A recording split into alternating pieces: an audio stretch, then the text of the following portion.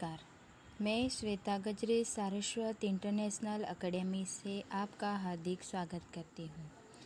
आज हम standard 10 subject Hindi poem 5 Meera के पद देखेंगे।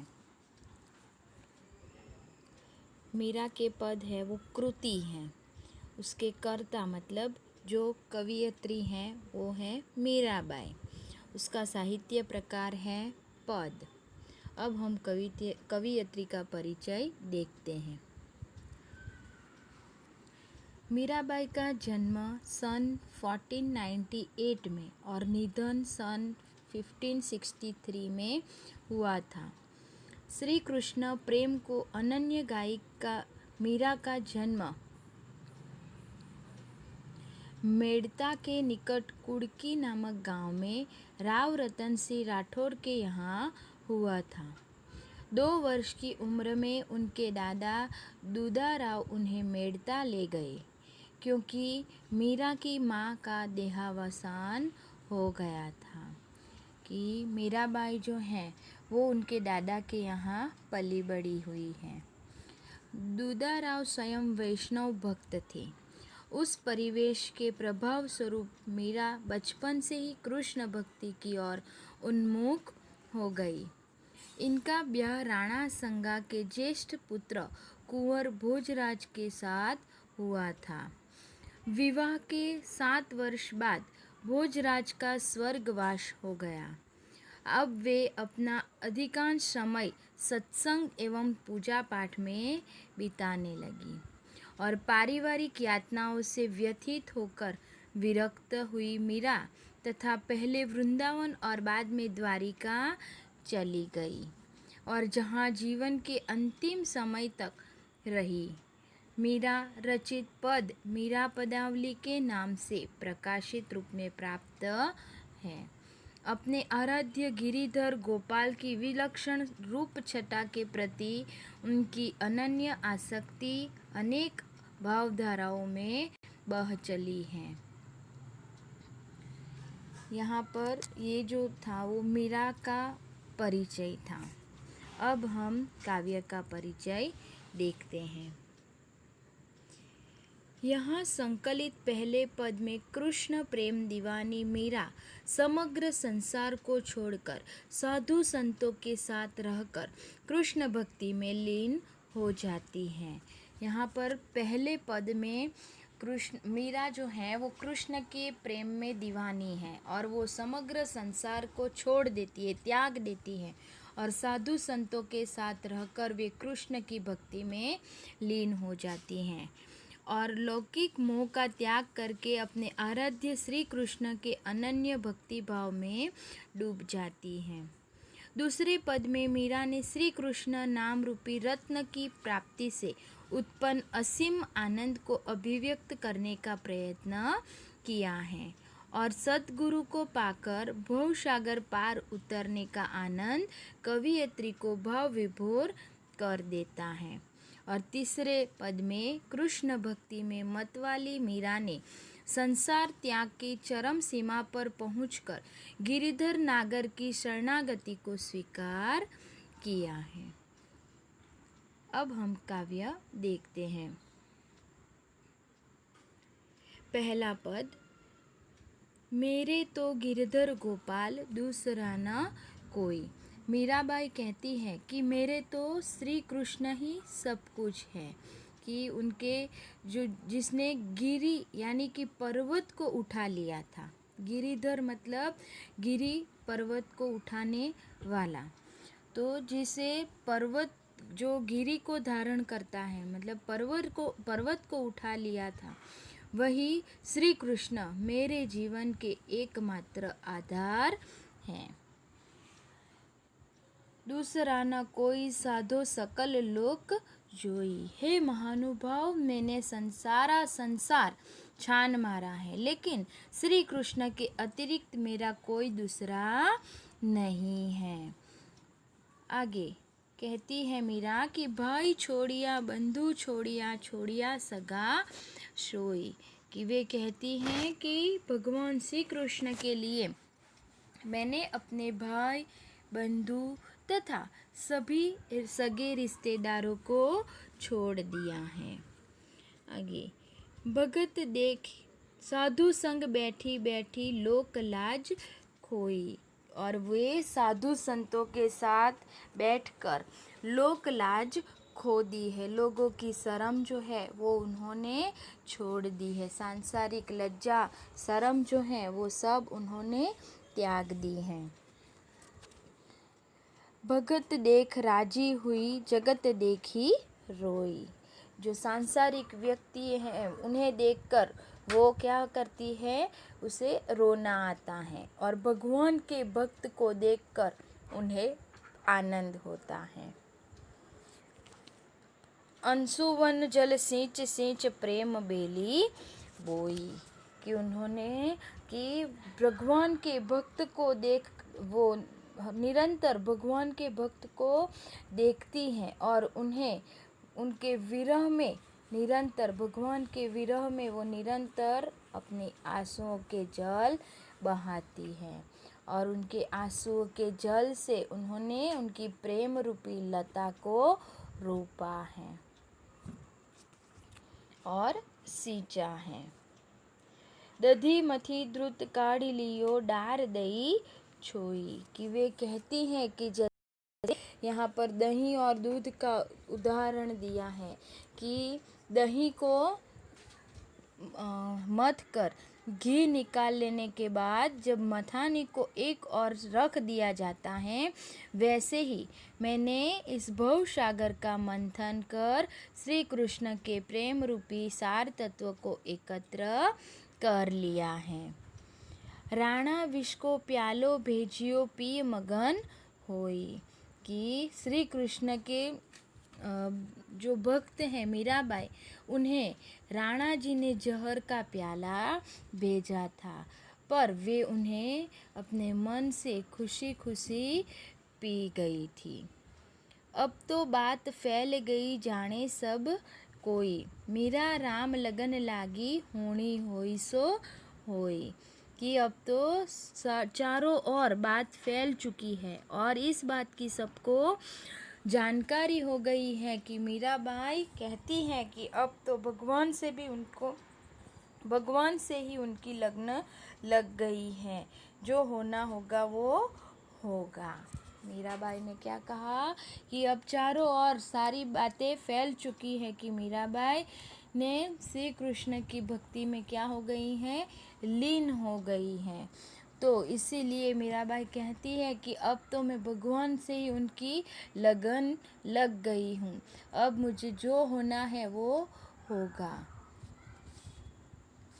सेकंड पद, पायो जी मैंने राम रतन धन पायो। मीराबाई कहती है कि मैंने ईश्वर रूपी, राम मतलब ईश्वर रूपी रत्न प्राप्त कर लिया है। वस्तु अमोलक दी मेरे सतगुरु कर कृपा अपनायो, कि मेरे सदगुरु ने मुझ पर कृपा करके यह अनमोल रतन मुझे दिया है। जन्म जन्म की पूंजी पाई जग में सबे खोआयो, कि मैंने अनमोल रतन प्राप्त किया है और उसके साथ मैंने संसार में अपनी लाज त्याग क्या कर दी है, लाज को छोड़ दिया है, त्याग दी है, और अब मैंने जन्म जन्मांतर की यह पूंजी पा ली है। खर्चे नहीं कोई चोर न लेवे दिन दिन बढ़त सवायो, कि यह जो पूंजी है जो उनका खर्च भी नहीं होता है और न कोई चोर उसे चुरा सकता है, कि मेरे पास जो पूंजी है उसे क्या कहा है कि उसका कोई खर्च भी नहीं होता है और कोई चोर उसे चुरा भी नहीं सकता है। इतना ही नहीं, लेकिन सत की नाव खेवटिया सतगुरु भवसागर तरियायो, कि इसमें रोज रोज क्या होती है, वृद्धि होती रहती है। और उसके साथ मीराबाई ने कहा है कि सच्चाई की इस नाव पर सवार होकर मैंने अपने सतगुरु रूपी खेवनहार के साथ ये संसार रूपी सागर पार कर लिया है। मीरा के प्रभु गिरधर नागर हरखी हरखी जस गायो, कि मीरा खुश होकर अपने भगवान कृष्ण का गुणगान करती हैं।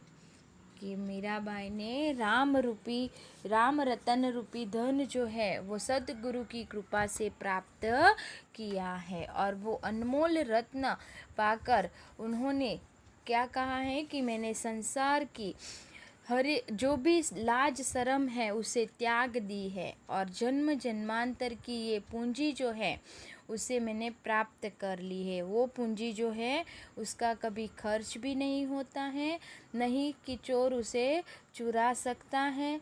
और इतना ही नहीं, और उसमें रोज और रोज क्या होती है, सवाई वृद्धि होती रहती है।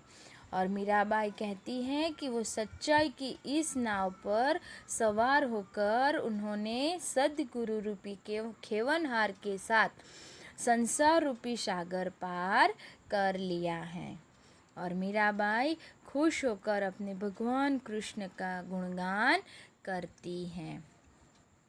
तीसरा पद, पग घुंघरू बांध मीरा नाची रे, पग घुंघरू लोग कहे मीरा भई बावरी, सास कहे कुल नाशी रे।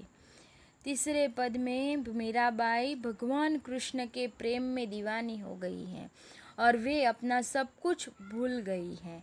वे अपने पैरों में जो बांधे घुंघरू हैं उसे भगवत भक्ति में लीन होकर नाच रही हैं। अपने पैरों में बांधे घुंघरू के साथ वो कृष्ण की भक्ति में लीन होकर नाच रही हैं। लोग कहे मीराबाई बावरी, सास कहे कुल नाशी रे, कि लोग उन्हें मीराबाई को देखकर क्या कहते हैं कि वह तो पागल हो गई हैं। बावरी मतलब पागल हो गई हैं। और मीरा की सास जो है वो कहती हैं कि वे तो कुल का अस्तित्व समाप्त करने वाली कुल नाशिनी हैं। कैसी हैं कि कुल का नाश करने वाली, कुल को समाप्त करने वाली कुल नाशिनी है। जहर का प्याला राणा जी ने भेजा, पीवत मीरा हासी रे।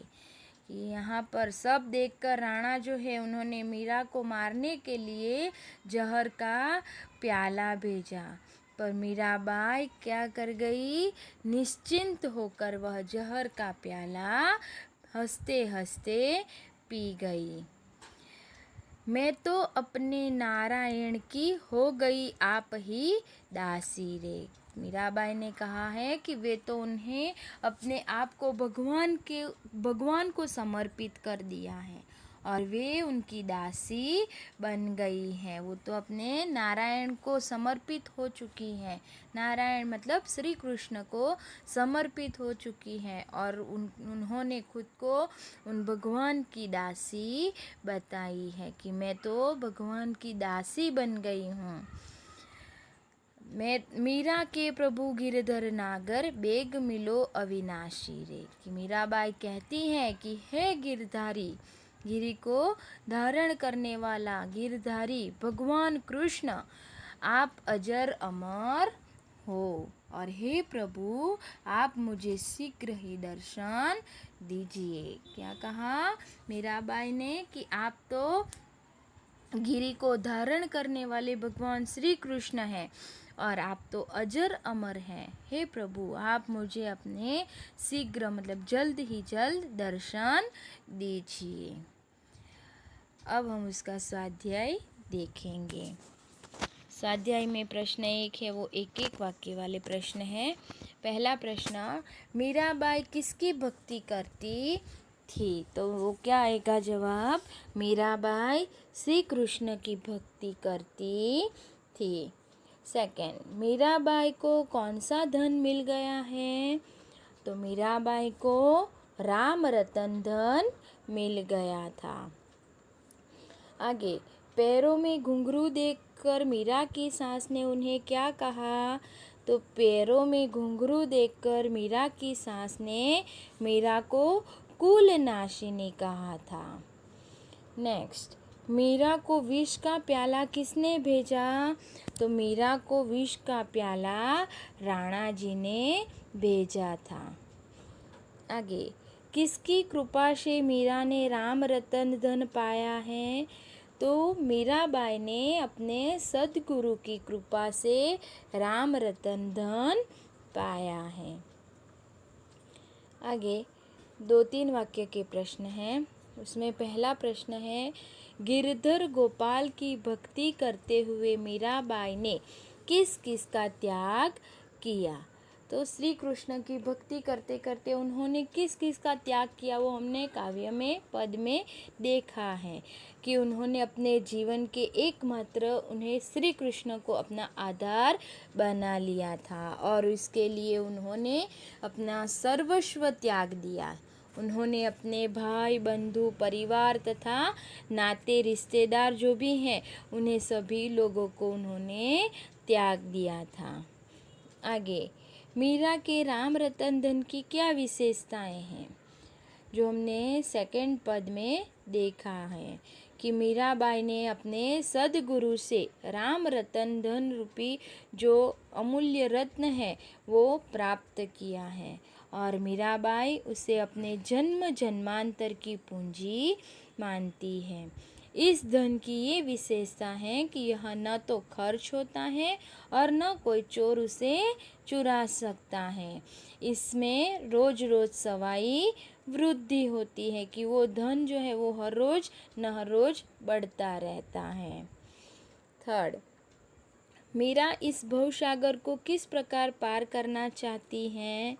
तो मीराबाई सदगुरु की अपार श्रद्धा से वे उन्हीं के भगवत भक्ति प्राप्त कराने का वो आधार मानती हैं और वे सत्य की इस नाव पर बैठकर भवसागर पार करना चाहती है जिससे खेवनहार उनके सदगुरु होंगे। जिनके खेवनहार कौन है? उनके सदगुरु हैं। आगे 5-6 वाक्य वाले प्रश्न है कि भक्ति के मार्ग में कौन सा संकट आया, उससे वह कैसे पार हुई? कि उन्होंने भक्ति के मार्ग पर मतलब भक्ति करते समय उनको कौन कौन से संकट आए हैं और उसमें से वो कैसे बाहर निकल सकी, वो आपको लिखना है। कि मीरा कृष्ण की अनन्य भक्त थी। कृष्ण के प्रेम में डूबकर उन्होंने सारी दुनियादारी भुला दी और मीरा कृष्ण की भक्ति में दीवानी हो गई थी। यह सब राणा जी को पसंद नहीं आया और उन्होंने मीरा को जान से मारने के लिए जहर से भरा हुआ प्याला भेजा और मीरा इससे विचलित नहीं हुई और उन्होंने यह जहर हंसते हंसते पी लिया। इस तरह इस जहर को मीरा पर कोई असर नहीं हुआ। आगे सेकेंड प्रश्न, मीरा के पदों के आधार पर सदगुरु की महिमा का वर्णन कीजिए। कि उसमें मीराबाई जो है उन सदगुरु के बारे में क्या बताती है वो आपको लिखना है। तो उसमें लिखना है कि कहावत जो है कि बिन गुरु ज्ञान न होई, कि गुरु के बिना हमें ज्ञान प्राप्त नहीं हो सकता। गुरु का महत्व सभी ने माना है। मीराबाई ने सदगुरु को बहुत महत्व दिया और वो सांसारिक जीवन को त्याग कर अपने आराध्य देव श्री कृष्ण की भक्ति पाकर मगन हैं। वे इसे रत्न की उपमा देती हैं। वे इस अनमोल वस्तु को प्राप्त कराने का श्रेय अपने सदगुरु को ही देती हैं और कहती हैं कि राम रतन रूपी धन उन्हें उनके सदगुरु की कृपा से प्राप्त हुए हैं और सदगुरु की कृपा इस संसार रूपी सागर में नाव के समान है और इस नाव में बैठकर मीरा सुरक्षित रूप से इस भवसागर को पार करने के प्रति निश्चिंत है क्योंकि इस नाव के खेवनहार उनके सदगुरु होंगे। इस प्रकार मीरा अपने पद में सदगुरु को बहुत महत्व देती हैं। इसमें मीराबाई ने सदगुरु को सबसे ज़्यादा महत्व दिया है। क्योंकि उन सदगुरु की वजह से ही वो उस संसार में से उसके खेवनहार सद्गुरु थे, इसीलिए वो संसार का जो भवसागर है उसे पार कर सकी। आगे, भक्ति में लीन मीरा को लोग क्या क्या कहते थे और क्यों? तो भक्ति में जो लीन मीराबाई थी वो श्री कृष्ण के भक्ति में एकदम से डूब गई थी, विरक्त हो गई थी और वो सब सांसारिकता है वो सब कुछ भुला दिया था। और श्री कृष्ण के पैरों में उसने घुंघरू बांध कर नाचती थी और वो देखकर लोग कहते थे कि वो पागल हो गई है और साधु संगतियों में बैठती थी और यह देखकर लोग उनकी खिल्ली उड़ाते थे, मतलब मजाक उड़ाते थे। और उनकी सास और राणा जो थे वो मीरा के भक्ति भाव पर बिल्कुल अच्छा नहीं लगता था, इसीलिए उनकी सास उन्हें कुल नासिनी कहती थी और राणा को लगता था कि ऐसे प्राणी को जीवित ही नहीं रहना चाहिए, इसीलिए उन्होंने मीरा को जान से मारने के लिए विष का प्याला भेज दिया। इस प्रकार भक्ति भाव में लीन मीरा को लोग तरह तरह से संबंधित करते थे। आगे, ये जो है वो आशय स्पष्ट है, उसमें भी आपको इस वाक्य को समझाना है कि हमने जो 3 पद पढ़े हैं उन 3 पद के हिसाब से ही इस दोनों वाक्य को आपको समझाना है। और हम अब नेक्स्ट वीडियो में आपके पास PDF आएगा, उसमें निबंध, पत्र, कहानी ये सब भेजा जाएगा। Thank you.